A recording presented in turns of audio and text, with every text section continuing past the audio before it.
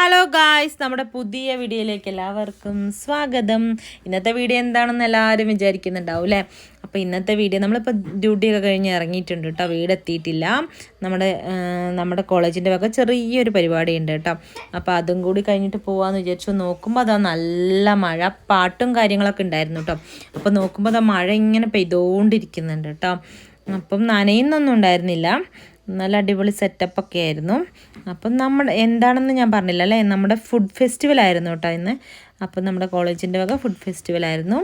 അപ്പോൾ ഫുഡ് ഫെസ്റ്റിവലിൽ കുറേ തരം പലഹാരങ്ങളും അടിപൊളിയായിരുന്നു കേട്ടോ.